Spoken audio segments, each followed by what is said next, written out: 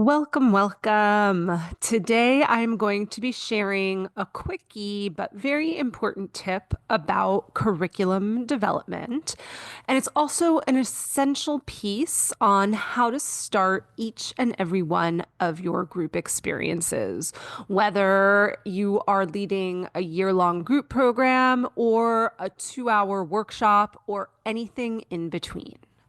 But before we get to our tip for today, I wanted to share with you a little bit about why I'm publishing a podcast episode today, even though I also published one last week, because my rhythm over the last 5 months or so with podcasts has been to publish every other week. So, for those of you that listened to episode 30 of this podcast, it was my year 2024 in review. And I shared about my year, and I also shared about the review process that I do for my personal life as well as my business each year. It was a really fun episode, and I shared a lot. I highly recommend it. And in that episode, if you listened, you might remember that I shared that one of my learnings from 2024 was that people who listen to podcasts are more likely to listen regularly and consistently if the podcast comes out regularly, at least once a week. And that makes total sense to me.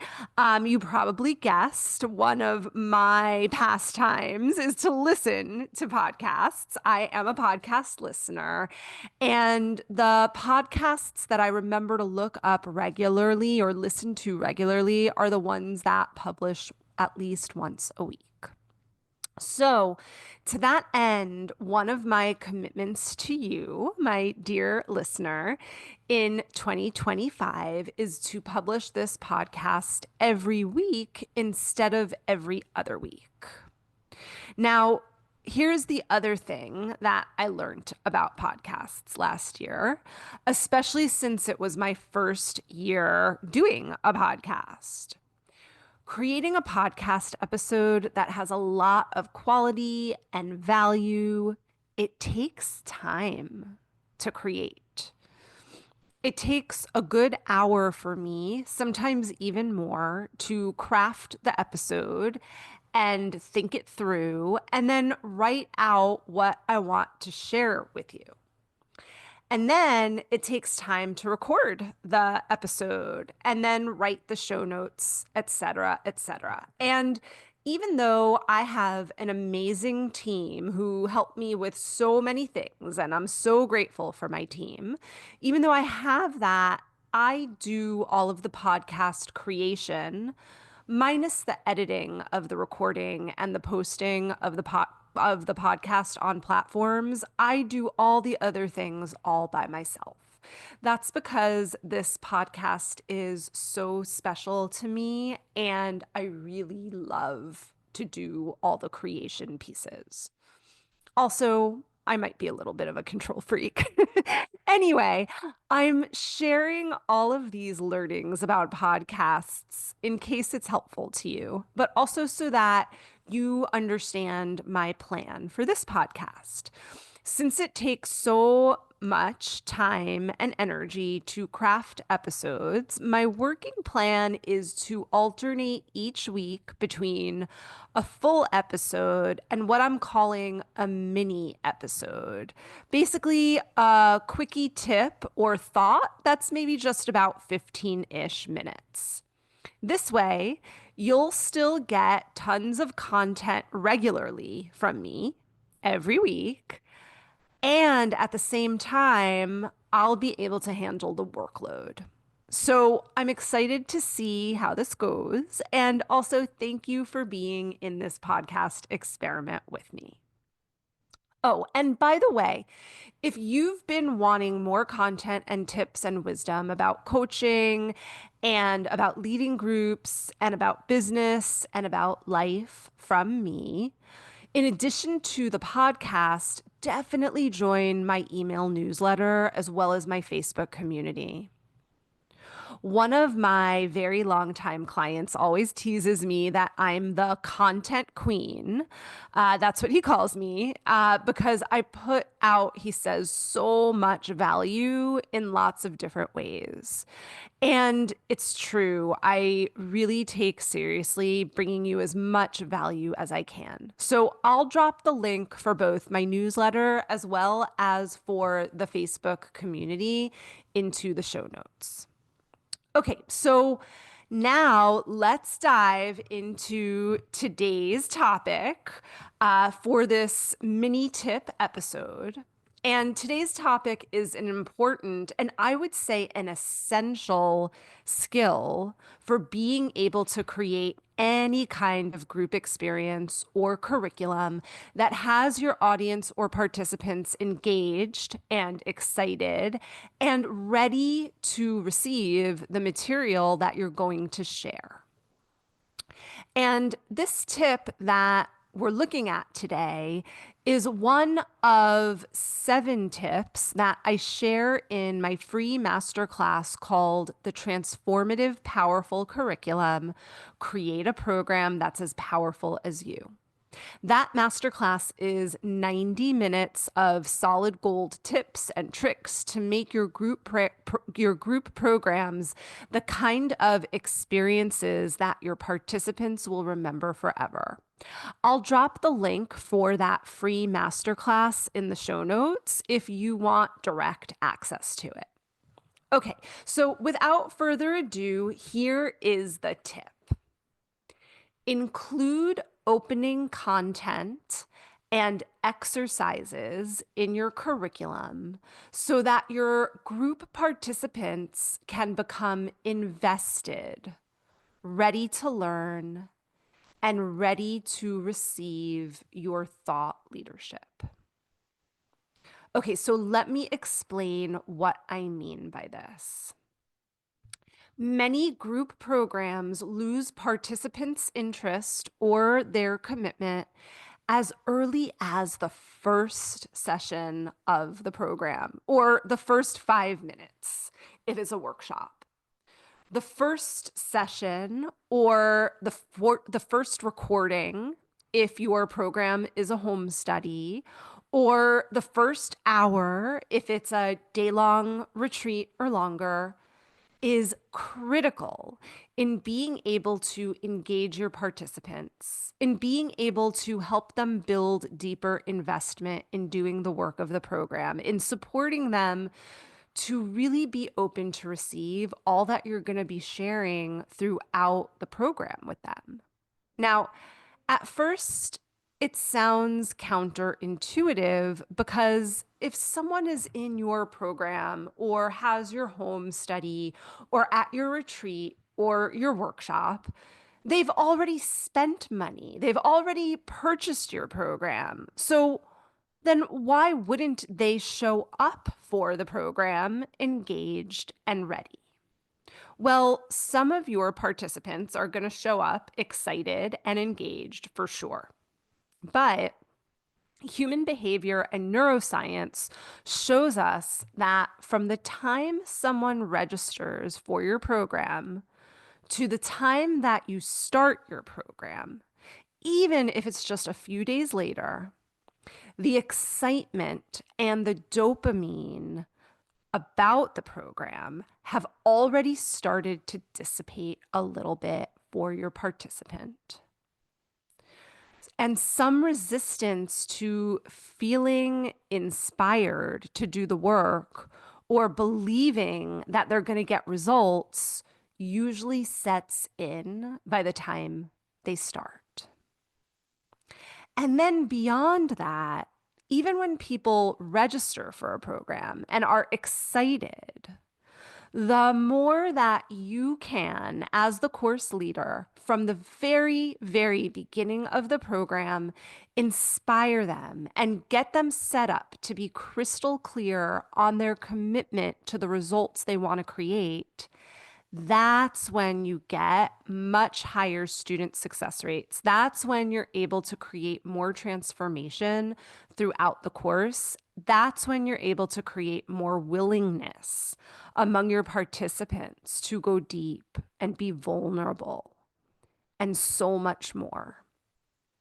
So, those first words and those first opening exercises of your program, of your workshop, of your retreat are so important. They're crucial.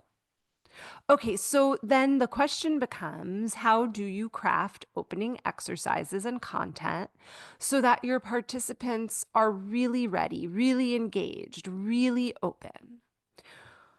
Well, I'll share a couple of tips right now. First of all, don't jump straight into the nuts and bolts, into the heart and soul of your content. You don't want to just start a program and jump straight into content. Instead, you actually need to wet the palate and include a number of very specific things in your curriculum first.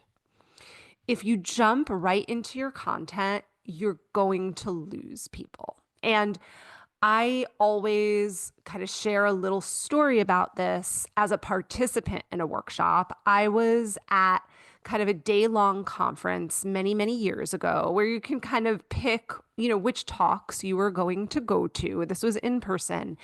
And I saw a talk that was on black and white thinking. And I was interested in it. And so I decided to step in.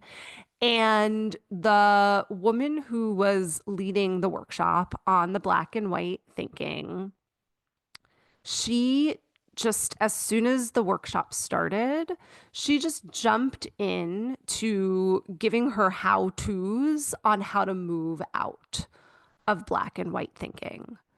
There was no prep. There was no definition of what black and white thinking is. There was no talking about why it would be important to want to move out of black and white thinking. There was no leading the participants in the group to thinking about how black and white thinking was impacting them negatively in their lives.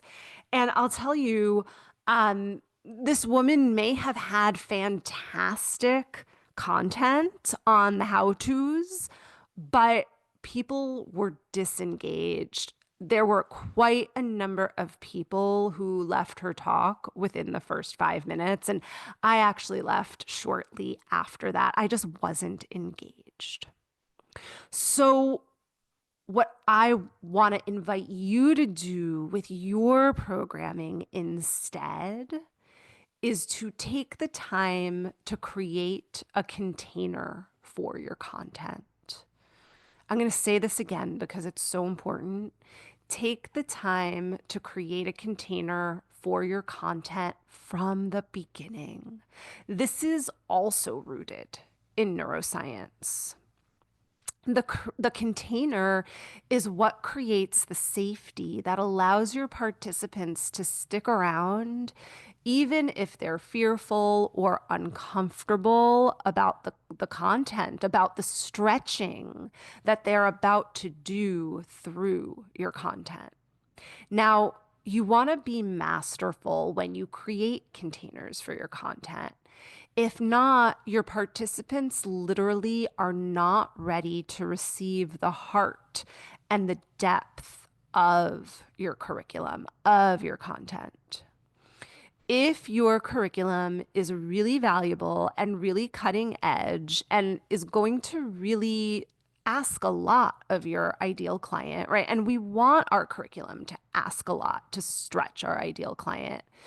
Then you want to do a few key things first.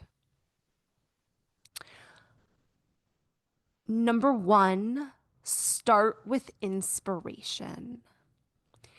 Inspiration is what will get your participants excited about the outcomes that they're going to achieve in your course or your workshop. Inspiration is what's going to give them confidence that with your support, they can overcome the obstacles in the way of the outcomes that they want.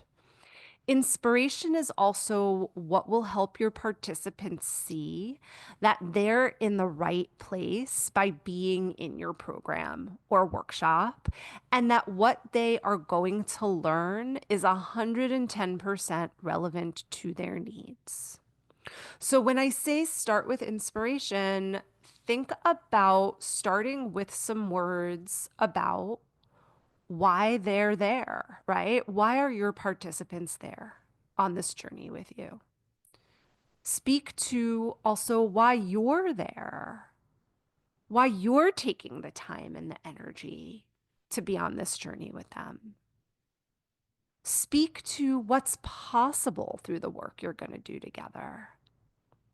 Speak to what the obstacles to the possibilities are and how together you're going to overcome them.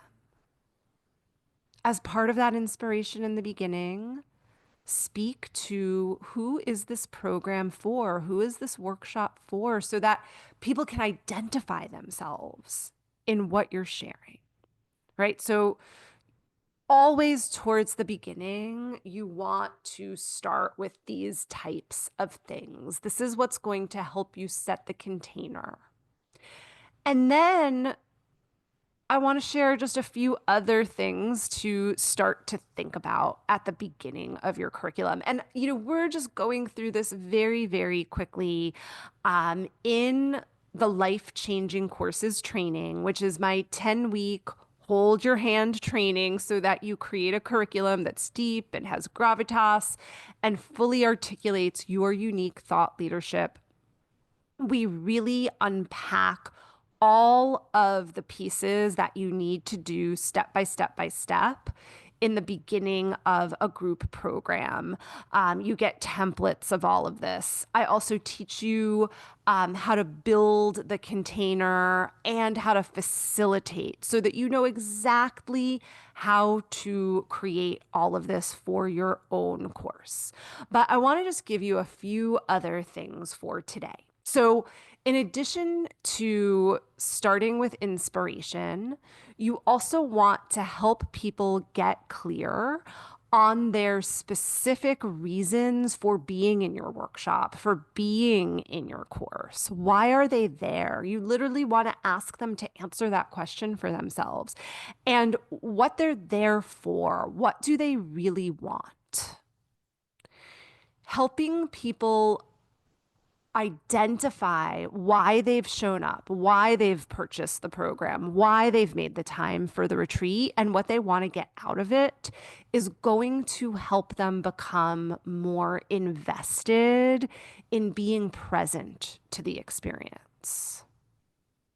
You may also, in the beginning, want to lead an exercise so that your participants can assess where they're at on their journey as it relates to what you're teaching. Where are they starting? What's working? What's not working for them in terms of the topic that you're going to be looking at? This will also create investment and engagement. And then the last little mini tip for now that I'll share, you want from the get-go to get your people talking, right? Whether you're teaching on Zoom or in person or even a home study, what are the different ways that you can get people talking, whether it's to each other, to the group, to themselves? Community and connection is key to engagement and to being invested. One of our life-changing courses grads recently shared with me that she applied these tools that I've been sharing with you today and the many others that we learn in life-changing courses that you want to be doing at the beginning of your program. She applied these to the beginning of her program. It's a program that helps formerly incarcerated folks get jobs. And she told me that these beginning pieces made all the difference from how she's taught the class before. It went from in the past where her participants would just dismiss, right? Just not want to get through it, felt like they just had to sit through this thing to her participants being engaged and excited. So, taking all this into account, here's a piece of homework I want to leave you with today. What is something that is vital for your ideal clients to hear from you that will have them be excited and inspired to take the journey with you? What is something that is vital for your ideal client to hear that will help them stay inspired as they do the stretchy work with you? I want you to make notes on that and then make sure you include that at the beginning of your course or your workshop. Okay, my friends, I hope you enjoyed this quickie mini tip episode. As always, I love, love, love to hear from you, what you've learned, what you're taking away from the episode. Please let us know. And also remember, if you want to go deeper with curriculum tips, with group facilitation tips, with creating an incredibly powerful course that you can feel proud of, please register for free to get that 90-minute masterclass that I mentioned before called The Transformative Power of Curriculum. I'll drop the links for that in the show notes. And as always, of course, please share this podcast with any friends who you think might really love it. Thank you for sharing your time with me today, and I can't wait to catch you next time.